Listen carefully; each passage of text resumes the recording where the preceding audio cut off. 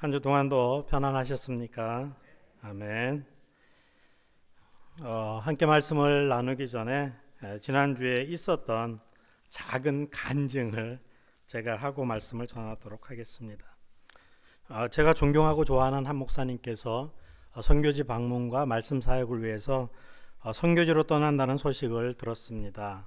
그래서 저는 지난 월요일 저녁에 제 아내에게 여보, 제가 가지고 있는 돈이 100불이 있는데 이것을 좀 차비로 여비로 드렸으면 좋겠다 이랬더니 집사람도 그러지 않아도 자기도 생각은 하고 있었는데 상의를 하고 싶다고 얘기해서 제가 100불, 제 아내가 100불 합쳐서 200불을 드렸습니다. 그런데 아무 일도 안 일어났어요. 그래서 제가 이번 주 설교를 위해서 화요일 날 노스캐롤라이나 샬롯으로 출장을 가서 모텔에서 말씀을 준비하는데 사진을 보여주시면 그 요한복음 주석을 딱 폈어요. 오늘 말씀을 전하려고. 근데 그 책 속에 100불이 들어있는 거예요. 깜짝 놀랐어요. 1000불이면 더 좋았을 텐데 100불이 딱 들어있는 거예요. 그래서 왜 이런 일이 일어났을까? 근데 사실은 제가 출장을 다니니까 캐시가 좀 필요합니다. 갑자기 어떤 응급 상황이 일어날 수 있으니까. 그래서 잠깐 걱정을 했어요. 100%를 숨기고 있었는데 이걸 드렸는데 어떡하지 했는데 딱 책갈피를 진짜 여는 순간에 딱 나타난 거예요. 그래서 하나님께서 저에게 염려하지 말라. 하나님이 책임지신다. 그런 의미로 저는 기적을 체험했습니다. 감사합니다. 일부 예배 때는 아무 반응이 없어요. 그래서 이걸 내가 잘못 얘기한 건가, 간증을 괜히 했네, 고민을 했어요.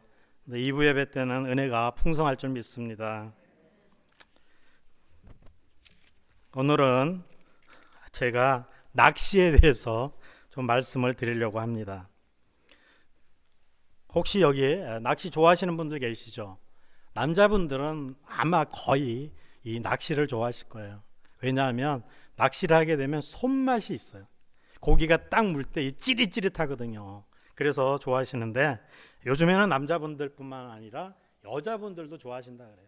그래서 유튜브를 찾아보시면 여자들이 이렇게 낚시하는 프로들이 많이 등장하는 것을 우리가 볼 수 있습니다. 그리고 TV 프로그램 중에서도 도시어부라는 잠깐 본 적이 있는데 거기 보면 이 낚시하는 이런 장면들이 나오는 걸 볼 수 있습니다. 낚시의 종류에는 민물 낚시가 있고 바다 낚시가 있죠. 민물 낚시는 호수나 강이나 계곡이나 저수지 이런 데서 하는 건데 저는 성경으로 잠깐 말씀드리자면 국내 선교다 이렇게 말씀드릴 수 있고, 바다 낚시는 피어, 또 갯바위, 배 위의 선상, 그 다음에 온양어선 뭐 이런 게 있죠. 그럼 이것은 해외 선교다 이렇게 좀 생각을 해보았습니다. 도구로는 낚싯대도 있고 투망도 있고 그물도 있고 견지라는 것도 있고 심지어는 햄머로 돌을 때려서 고기가 기절해서 올라오는 그런 것도 있고 어항이나 통발도 있습니다. 사진에 보시면 우리 2016년 한국해양수산부 통계에 보면 낚시 인구가 767만 명이라고 합니다. 엄청나게 많은 거예요. 그러니까 등산하시는 분들도 많은데 그분들보다도 제일 많은 게 낚시 인구라고 이렇게 얘기하는 것을 보았습니다. 여러분들이 잘 아시는 그 해밍웨이의 노인과 바다라는 중편 소설이 있습니다. 1952년에 어네스트 해밍웨이가 쓴 것인데요. 53년에는 풀리처상을 수상했고 1954년에는 노벨 문학상을 받았습니다. 그리고 1958년에는 영화로 제작도 되었다고 합니다. 줄거리는 다음과 같습니다. 산티아고라는 멕시코 해안에서 평생 고기잡이를 하던 노인 어부가 있었습니다. 하지만 이 사람은 84일이 지나도록 고기를 한 마리도 잡지 못했습니다. 초조하고 고통스러운 이 늙은 어부 산티아고가 이제 어느 정도 낚싯줄을 들이었는데 그때 그 바늘에 18척이나 되는 약 6m가 되는 큰 청새치 물고기가 걸려 들었습니다. 와, 이 얼마나 놀라운 일인가? 얼마만의 일인가? 그리고 산티아고는 눈이 번쩍 떴어요. 그리고 이 작은 조각배로 정말 감당하기 힘든 큰 이 고기를 낳기 위해서 죽을 힘을 다해서 몸부림치면서 청새치와 싸움을 합니다. 죽을 고비도 여러 번 넘겼고 사흘 밤낮으로 사투한 끝에 결국에 이 청새치를 뱃머리에 묶을 수가 있었습니다. 그러나 기쁨도 잠시. 이 피냄새를 맡은 상어떼들이 결국에는 돌아오는 항구에 돌아오기 전에 이미 이 고기를 다 뜯어먹고 막상 항구에서 돌아와 보니까 뼈만 앙상하게 남은 그런 내용입니다. 그러면서 그는 이 상어떼와 맞서 싸울 때 젖먹던 힘을 다해서 이렇게 소리를 칩니다. 인간은 패배하도록 창조된 것이 아니야. 파멸은 당할 수 있을지 몰라도 패배할 수는 없다. 유명한 말이라고 합니다. 밤새도록 상어떼와 사투했지만 결국에 항구에 도착했을 때는 남은 것이라고는 뼈밖에 없었다는 것입니다. 하지만 그는 지친 몸을 침대에 누이고 아무 일도 없었던 듯이 깊은 잠에 빠져듭니다. 이렇게 줄거리는 끝이 납니다. 어떻게 보면 이 모습이 우리의 인생의 모습이 아닌가 우리가 생각할 수밖에 없습니다. 그리고 이 산티아고가 손에 잡은 그 빈 낚싯줄과 오늘 본문에 등장하는 예수님의 7 제자, 특히 이 베드로의 그 빈 그물과 이렇게 매치가 되는 부분을 우리가 볼 수가 있는 것입니다.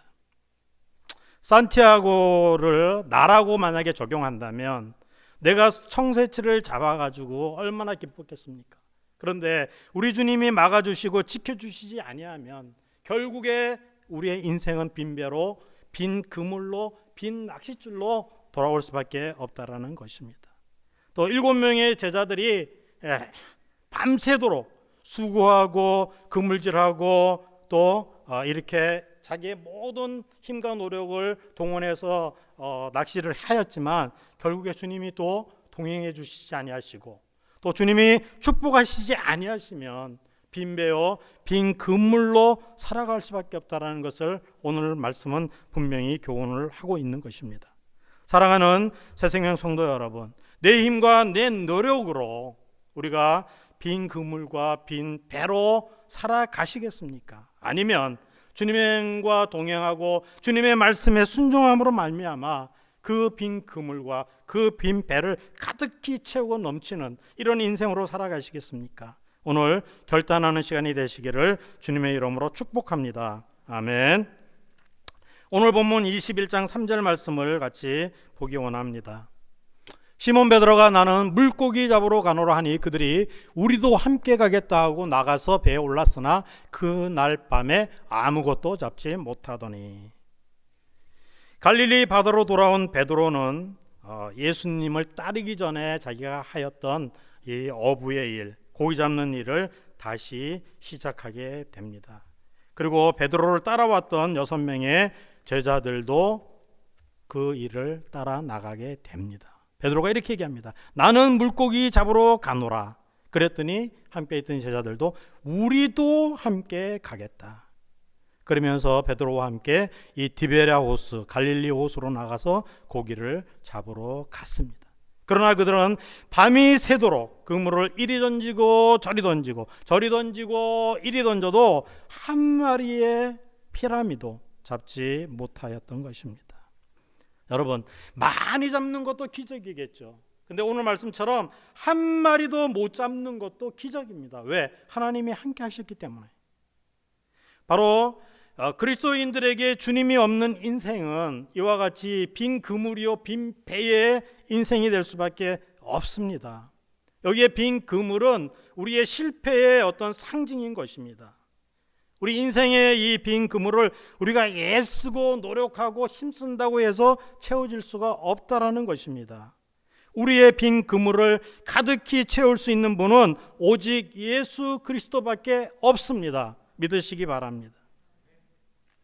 우리 크리스찬들의 그 심벌이 있잖아요. 심벌. 이게 표시할 수 있는 것이 바로 뭐냐면 익투스라는 것이죠. 익투스. 이의 첫 글자부터 이렇게 글자에 의미가 부여되어 있는데 바로 하나님의 아들 구원자 예수 그리스도, 그래서 크리스찬들이 자기들의 정체성을 표시하기 위해서 이 물고기 그림을 그렸던 것을 우리가 볼 수 있습니다. 바로 우리 주님이 이 물고기의 주인이 되신다라는 사실입니다. 갈릴리 바다에서 잔뼈가 굵고 자란 베드로, 베테랑 어부죠. 프로 낚시꾼입니다. 이 베드로가 밤새도록 애쓰고 수고하고 그물질을 했지만 그는 하나도 잡지 못하였던 것입니다. 이거를 표현한다면 어찌 보면 이 베드로는 어부로서의 생명이 끝난 것과 같습니다. 여러분, 이 처절한 실패의 이유가 무엇이겠습니까? 베드로는 창조 이래 예수님이 물 위에 걸어갈 때에 베드로가 걸어갔던 사람입니다. 아무도 없어요, 물 위를 걷는 사람이. 한마디로 예수님이 없었기 때문에 이 베드로는 실패한 것입니다. 예수님과 함께 할 때는 베드로는 천국의 열쇠도 받아 누렸던 사람입니다. 그런 베드로가 바로 예수님과 함께 하지 아니할 때 이처럼 실패할 수밖에 없었던 것을 우리가 볼 수 있습니다. 예수 그리스도의 부활의 생명을 누리지 못하면 우리의 인생들은 항상 갈릴리로 돌아가려고 합니다. 옛날의 모습으로, 옛날의 삶으로, 옛날의 직업으로, 옛사람의 모습으로 돌아가려고 하는 것이 바로 우리의 인생인 것입니다. 바로 이 사망의 바다로 가서 그 그물을 내리기를 원하는 것이 바로 우리라는 사실입니다. 예수님과 함께 할 때에 우리는 승리할 수 있습니다. 좋은 어떤 예화가 하나 있어 소개해드립니다. 어떤 젊은이가 꿈을 안고 미국으로 이민을 떠나갔습니다. 처음에는 낯설고 무서워서 이국 땅에서는 의지할 수 있는 분이 예수님밖에 없다라고 믿고 그는 열심히 교회를 다녔습니다. 교회 가서 봉사도 하고 또 예수님 없이는 못 살겠다라고 눈물을 흘리면서 고백도 하였습니다. 세월이 흘렀습니다. 차츰 자리도 잡혔고 생활도 안정되어 갔고 결혼도 하고 자녀도 낳았습니다. 이제 커다란 슈퍼마켓을 운영하는 사장님도 되었습니다.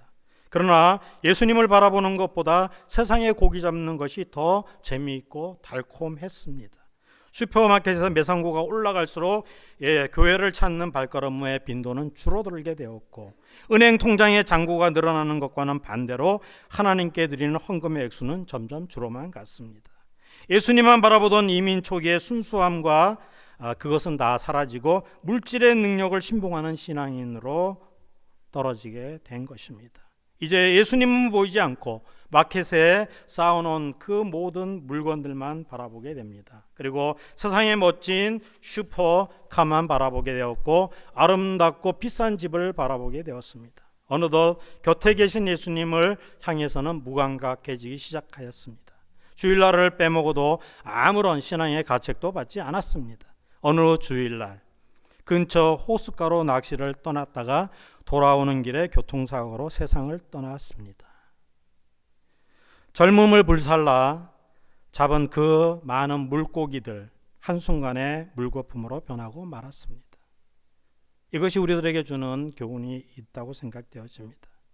오늘 많은 사람들은 성공의 물고기를 잡기 원합니다. 출세의 물고기를 잡기 원하고 재물의 물고기를 잡기 원하고 안목의 물고기, 이생의 자랑의 물고기, 정욕의 물고기를 잡기 위해서 매일매일 주일마다 그물을 던지고 있습니다. 그러나 주님이 없다면 그것은 빈 그물일 뿐이라는 말씀입니다.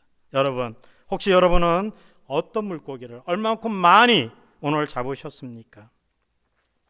바로 예수님의 제자들처럼 아무것도 잡지 못하셨습니까? 아니면 산티아고 노인 어부처럼 청새치의 큰 물고기를 잡기는 잡았지만 이 세상의 도적대들에게 상어떼들에게 다 뜯기고 나서 빈 낚싯줄만 들고 계시지는 않습니까? 나의 빈 그물을, 나의 빈 배를 가득히 채울 수 있는 분은 오직 예수님밖에 없다라는 것을 다시 한번 바라보시기를 주님의 이름으로 축복합니다. 21장 5절 말씀을 함께 보겠습니다. 너희에게 고기가 있느냐? 오늘 말씀 보시면 예수께서 이르시되 얘들아 너희에게 고기가 있느냐? 대답하되 없나이다. 한번 같이 읽을까요? 시작. 예수께서 이르시되 얘들아 너희에게 고기가 있느냐? 대답하되 없나이다. 여기에 애들이라는 말은 헬라어로 파이디아, 아이를 부를 때 쓰는 용어입니다. 다정한 아버지의 음성으로 아들을 보살피고 또 다정하게 대하면서 말하듯이 속삭이는 그 용어가 얘들아 이렇게 부르는 것입니다. 사실 제자들은 나이로 보면 예수님보다 훨씬 많죠. 아이가 아닙니다. 그러나 하나님께서 예수님에게 주신 예수님의 백성이요 예수님의 자녀인 것입니다. 그러니까 예수님은 그 아빠의 심정으로 이 제자들을 부르셨다라는 말씀입니다. 이 부르신 소리는 밤새도록 삶에 지친 제자들을 어루만지는 소리였습니다. 또한 이 소리는 부활의 생명으로 부르는 소리였습니다. 이 소리는 제자들이 잠자는 그 영혼을 흔들어 깨우는 소리였던 것입니다. 예수님께서 말씀하셨습니다. 너희에게 고기가 있느냐? 아까 일부 예배 마치고 났더니 우리 정경 집사님은 우리 집에 고기가 많습니다 그러더라고요. 소고기도 있고 돼지고기도 있고 그 고기가 아닙니다. 예수님께서는 사실 이 제자들을 처음부터 다 보고 계셨어요. 그래서 베드로가 나는 물고기 잡으러 간다 그랬을 때 제자들도 그래 우리도 함께 가자 다 보고 계셨잖아요. 그리고 밤새도록 그들이 애쓰고 수고하면서 그물을 이리저리 저리이리 막 던지는 것을 예수님이 다 보고 계셨다라는 것입니다. 동토오는 새벽녘까지 그들의 헛수고한 그 그물들 또 그 빈 배를 예수님이 그 바닷가에 서셔서 다 보고 계셨다라고 성경은 쓰고 있습니다. 우리 주님은 졸며 주무시지 아니하시고 우리의 모든 머리털까지 세신 바 되신다라고 얘기하셨습니다. 그리고 고아와 과부를 혼자 버려두지 아니하신다라고 분명히 말씀하고 계십니다. 그 예수님께서 제자들에게 너희에게 고기가 있느냐 이렇게 물으신 것은 모르고 물은 것이 아니고 또 예수님은 그들을 어루만지기 위해서 위로하시기 위해서 그들을 축복하기 위해서 바로 부르신 것을 우리가 볼 수가 있습니다. 신학자 매튜 헨리는 너희에게 고기가 있느냐 이렇게 물으신 것은 제자들의 형편과 사정을 다 털어놓도록 권유하고 계신다라고 이렇게 말하고 있습니다. 그러니까 우리가 우리의 사정과 형편을 다 주님 앞에 고백하면 주님이 다 들으신다라는 것이죠. 그래서 심지어는 어떤 사장님들도 우리가 기업을 경영하잖아요. 가게를 운영하면 종업원들의 형편을 물어봐야 된다는 거예요. 정말 괜찮은지, 정말 잘 살고 있는지. 그래서 너희들에게 고기가 있느냐? 없으면 어떻게 됩니까? 공급해야죠. 우리 성도들도 마찬가지예요. 우리가 믿음의 한 식구라고 얘기하잖아요. 우리가 교회를 다니면서 우리 믿음의 형제 자매들의 형편을 한 번이라도 좀 물어봤으면 좋겠어요. 어떻게 편안하십니까? 정말 잘 지내고 계십니까? 혹시 고기가 있습니까? 없다면 내가 가진 고기라도 나눠줄 수 있는 그런 믿음이 우리들에게 필요한 것입니다. 그러나 이 예수님의 어루만지시는 그 은혜를 이 제자들은 아직도 누리지 못하고 있었습니다. 그들은 지금도 바닷가에서 말씀하시는 그분이 예수님이라는 것을 알지 못하고 있었습니다. 그래서 고기가 있느냐 이렇게 물으셨을 때 이들이 뭐라고 대답합니까? No! 없습니다. 허탕입니다. 이렇게 얘기한 것이에요. 어떤 주석가는 이것은 불평과 불만의 태도라고도 이렇게 기록한 것을 보았습니다. 오늘도 예수님께서는 저와 여러분들에게 동일한 질문을 하십니다. 소종광, 너에게 고기가 있느냐? 주님, 없습니다. 긍휼과 자비를 베풀어 주십시오. 여러분들에게도 물을 겁니다. 아무개야, 너에게 고기가 있느냐? 그럼 우리가 뭐라고 대답해야 됩니까? 주님, 아무것도 없습니다. 주님이 도와주셔야 됩니다. 주님이 도와주시지 않으면 난 빈 그물이요, 빈 배입니다. 우리가 고백을 해야 될 것입니다. 우리는 예수님을 떠나서 나의 재능과 힘과 지식으로 세상 바다에 그물을 던질 때 수많은 고기를 우리가 낚을 것이라고 생각하고 던집니다. 그리고 밤낮으로 새벽녘까지 수고해서 우리 인생의 그물을 우리가 던지지만 결국에는 주님이 없다면 우리는 빈 그물이요 빈 배의 인생이 될 수밖에 없다라는 것입니다. 야곱이 이렇게 고백하고 있습니다. 창세기 47장 9절에 야곱이 바로에게 이르되 내 나그네의 길의 세월이 130년이니이다. 내 나이가 얼마 못되니 우리 조상의 나그네 길의 연조에 미치지 못하나 험악한 세월을 보내었나이다.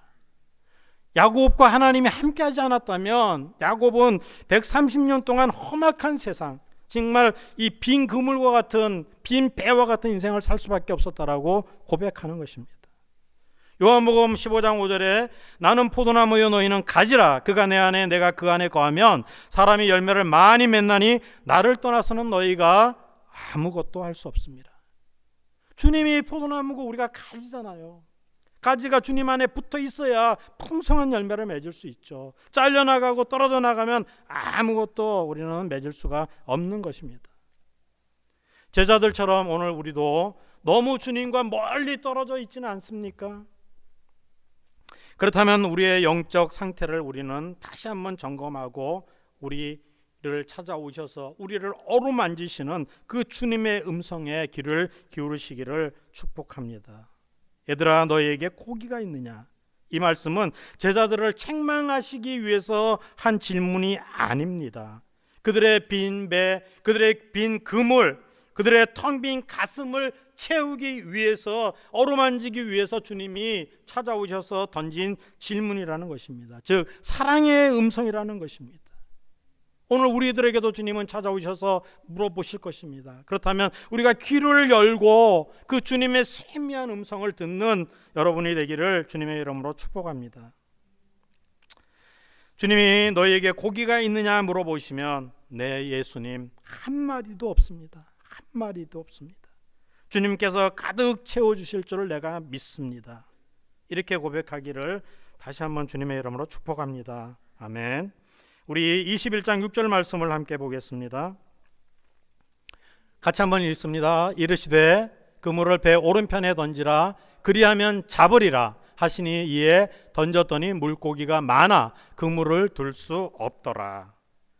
이 장면을 보시면 여러분 생각나지 않습니까? 누가복음 5장 4절, 처음 갈릴리 바다에 예수님이 찾아오신 그 장면이 생각날 겁니다. 거기 보시면 말씀을 마치시고 시몬 베드로에게 이르시되 깊은 데로 가서 그물을 내려 고기를 잡으라 이렇게 말씀하셨어요.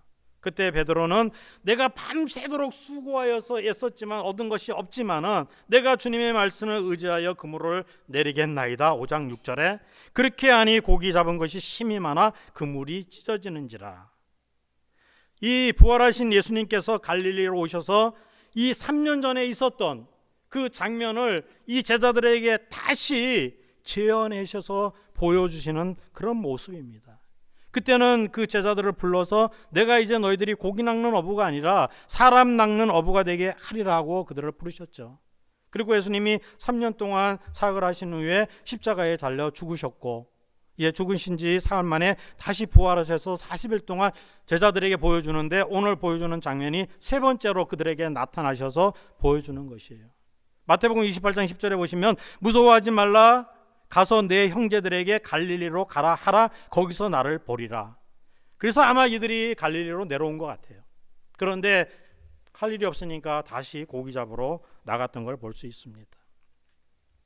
이제 이 예수님께서는 3년 전에 그 사건을 재현하여 주셨고 그들에게 이 부활의 믿음을 가지기 위해서, 견고하게 하기 위해서, 이제 흔들리지 않는 사명을 갖게 하기 위해서 그들에게 오늘 이 밤에 찾아오신 것을 우리가 볼 수가 있습니다. 바닷가에 서신 주님께서 그물을 배 오른편에 던지라 하셨습니다. 그때 여기에 베드로와 도마와 야고보와 요한과 이 제자 7명이 너무나 지쳐 있었음에도 불구하고 누군지도 잘 모르는데 그 말씀에 의지해서 다시 그물을 오른편에 던지는 것을 우리가 볼 수가 있습니다. 그럴 때 놀라운 기적이 일어났습니다. 그물을 끌어올릴 수 없을 정도로 많은 153마리의 큰 물고기가 잡혔다라고 성경은 기록하고 있습니다. 만약에 예수님이 너희들이 그 그물을 배 왼편에 던지라 했을지라도 이 기적은 일어나는 것입니다. 만약에 머리편에 던지라 아니면 그 꼬리편에 던지라 해도 기적은 일어나는 것입니다. 왜냐하면 순종의 기적이거든요. 우리가 오른편이라서 일어나고 왼편이라서 안 일어나고 그런 것은 절대로 아닌 것입니다. 이 말씀의 포인트는 바로 순종이라는 것입니다. 그렇습니다. 내 경험과 내 생각, 내 상식에 맞지 않아도 주님이 명령하시고 주님이 말씀하시면 순종하시기 바랍니다. 그러면 반드시 기적이 일어날 것입니다. 여러분이 잘 아는 대로 열왕기 하 5장 13절에 보면 그 나만이라는 장군이 나옵니다. 그 시리아의 군대 장관인데 문둥병이 발했어요. 그 당시에 최고 강대국의 군대 장관입니다. 그런데 소문을 들으니까 그 이스라엘에 엘리사라는 선지자가 있는데 모든 병을 고친다라는 거예요. 하나님의 능력으로. 그래서 그 엘리사를 찾아옵니다. 그래서 자기의 병을 치료받기 위해 찾아오는데 문전박대를 당합니다. 문도 열어주지 않고 종을 시켜가지고 요단강가에 가서 7번 씻으라고 얘기하는 거예요. 그러니까 이 장군이 화를 뻘컥 내면서 아니 우리나라에는 이 요단강보다도 더 깨끗하고 좋은 강들이 얼마나 많은데 내가 왜 그 물을 왜 씻어야 되느냐고 얘기합니다. 그때 지혜로운 종이 아니 병을 낫기 위해서 더 힘든 일도 더 어려운 일도 하라면 할 것인데 그 7번 물에 들어가 씻는 것이 뭐가 힘드냐고 해보자고. 그래서 결국에는 순종해서 그 문둥병이 치료된 것을 우리가 볼 수 있습니다. 이처럼 순종이 기적을 만들어 내는 것입니다. 여러분, 우리는 하나님의 백성입니다. 하나님의 백성은 하나님의 말씀을 듣는 사람이고 그 말씀에 순종하는 사람들입니다. 그러나 세상 사람들은 세상 마귀에 순종하게 되는 것입니다. 여러분, 우리는 하나님의 사람이기 때문에 하나님의 말씀에 순종하는 축복이 있으시기를 다시 한번 주님의 이름으로 축복합니다. 아멘. 신앙 잡지에 우리 교인들, 기독교인들의 이 신앙 생활 통계가 나온 걸 제가 본 적이 있어요. 읽어드립니다. 20%는 주일날 교회에 가지 않습니다. 오늘 나오신 분들은 80%에 해당되시는 분이에요. 그리고 25%는 기도하지 않습니다. 35%는 성경 읽지 않습니다. 40%는 헌금을 하지 않습니다. 75%는 교회에 어떤 봉사와 수고도 하지 않습니다. 85%는 한 명도 전도해 보지 않았습니다. 놀라운 일이 있습니다. 100%는 100% 천국 갈 거를 믿는다는 거예요. 우리는 이렇게 살아서는 안 되지 않겠습니까? 하나님의 백성이고 하나님의 자녀라면 하나님의 말씀에 또 우리 성도의 의무를 다하는 저와 여러분이 되기를 원합니다.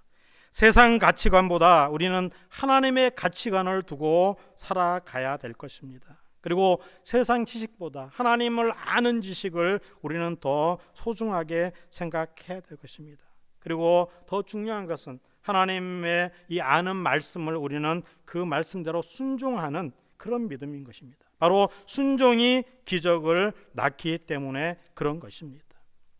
여러분, 인생의 배가 비어 있습니까? 인생의 그물이 비어져 있습니까? 아니면 인생의 그물이 찢어져 있습니까? 내 인생은 실패한 인생이라고 생각이 드십니까? 아니면 허무하고 공허하십니까? 실망스럽습니까? 낙심하지 마시기 바랍니다. 주저앉지 마시기 바랍니다. 주님이 우리와 함께 하실 것이기 때문인 것입니다. 또 주님이 일하실 것입니다. 주님께서 우리의 빈배와 빈 그물을 가득하게 채우실 것입니다. 우리가 말씀에 순종해야 기적을 누리고 기적을 맛볼 수가 있는 것입니다. 여러분, 153마리 여기에 여러 의미가 많아요. 그래서 많은 신학자들은 여기에 의미를 많이 부여하는 것 같습니다. 사진을 잠깐 보여주시면 그 모나미 볼펜에 153이라는 게 있었어요. 저희 어릴 때. 저게 1963년에 만들어졌다고 합니다. 근데 이 모나미 이 회사의 그 송삼석이라는 회장님인데 이분은 아주 독실한 크리스찬이라고 얘기합니다. 그래서 어느 날 이 볼펜을 새로 만들었는데 거기에 이름을 붙여야 되는데 어떤 직원이 아이디어를 냈다라는 거예요. 153, 153, 153 이게 뭐 부르기 좋다고 이렇게 아이디어를 냈다는데 가만히 생각해 보니까 성경에서 봤다는 거예요. 그 성경을 막 찾아보니까 거기에 물고기 153마리가 있었다는 거예요. 이분은 바로 자기가 이 기업을 운영하면서 하나님의 말씀대로 하나님의 뜻대로 탈세하지 아니하고, 예, 그 다음에 불의하지 않고 이렇게 사용하기 때문에 하나님께서 이 153이라는 걸 주셨다고 생각하고 그것으로 경영 철학을 삼아서 지금까지 사업을 운영하고 있다고 합니다. 좋은 의미죠. 성 어거스틴은 이렇게 고백합니다. 우리 구약에 하나님이 택한 이스라엘 백성을 100이라는 숫자로 보고 신약에 또 하나님이 택하신 그 그리스도인들을 50이라고 보고 우리 하나님은 삼위일체잖아요. 3. 그래서 153이라고 표현을 했다고 합니다. 그래서 하나님께서 구원하는 모든 백성의 숫자가 153이라는 의미에 함축되어 있다고 합니다. 그리고 어떤 분들은 이 갈릴리 바다에 사는 물고기의 종류가 153 종류가 있다고 합니다. 그래서 153이라 뭐 또 이런 얘기도 하고 있습니다. 그리고 어떤 분들은 세상의 모든 종족이 153 종족인데 그 모든 종족을 하나님께서 구원하실 것이다라는 의미도 있다고 합니다. 좋은 말이에요. 근데 정확한 것은 그렇지 않습니다. 그냥 제자들이 몇 마리 잡혔느냐 자기들이 나누기 위해서 카운트했는데 153이라는 숫자가 나온 것입니다. 여기서 중요한 것은 153이 중요한 것이 아니고 순종이 중요하다는 말씀을 다시 한번 기억하시기 바랍니다. 그래서 베드로는 이제 예수님의 이 부활을 체험하고 이 놀라운 물고기 사건을 경험한 이후에 그가 나가서 한번 설교했을 때 3,000명이 회개하고 5,000명이 회개하는 역사가 나타난 것을 볼 수 있다는 것입니다. 이제 말씀을 맺습니다. 우리 성도는 주님을 떠나서는 어떤 성공도 어떤 열매도 맺을 수가 없는 것입니다. 우리가 주님 앞에 나의 모든 형편과 사정을 고백하고 주님의 말씀에 우리가 순종할 때 우리는 주님의 풍성한 물고기를 잡을 수 있고 또 주님께서 이 세상에서 우리가 성공하는 인생으로 실패하고 빈배의 인생이 되지 않게 하심을 여러분들이 믿으시고 그 믿음 안에서 오늘도 우리가 물고기 낚는 어부가 아니라 사람 낚는 어부가 되기를 주님의 이름으로 축복합니다. 아멘. 기도하겠습니다. 하나님 아버지 감사합니다. 우리 빈배요 빈 그물의 인생인 우리를 선택하여 주시고 또 이제는 아버지 하나님 물고기 낚는 어부가 아니라 사람 낚는 어부로 우리 부르심을 감사합니다. 우리의 남은 생애가 이제는 실패한 인생이 아니라 성공한 인생으로 그리고 하나님의 축복을 경험하고 하나님과 동행하는 그 인생이 되도록 주님 축복하고 역사하여 주시옵소서. 감사하며 예수님의 이름으로 기도 올려옵나이다. 아멘.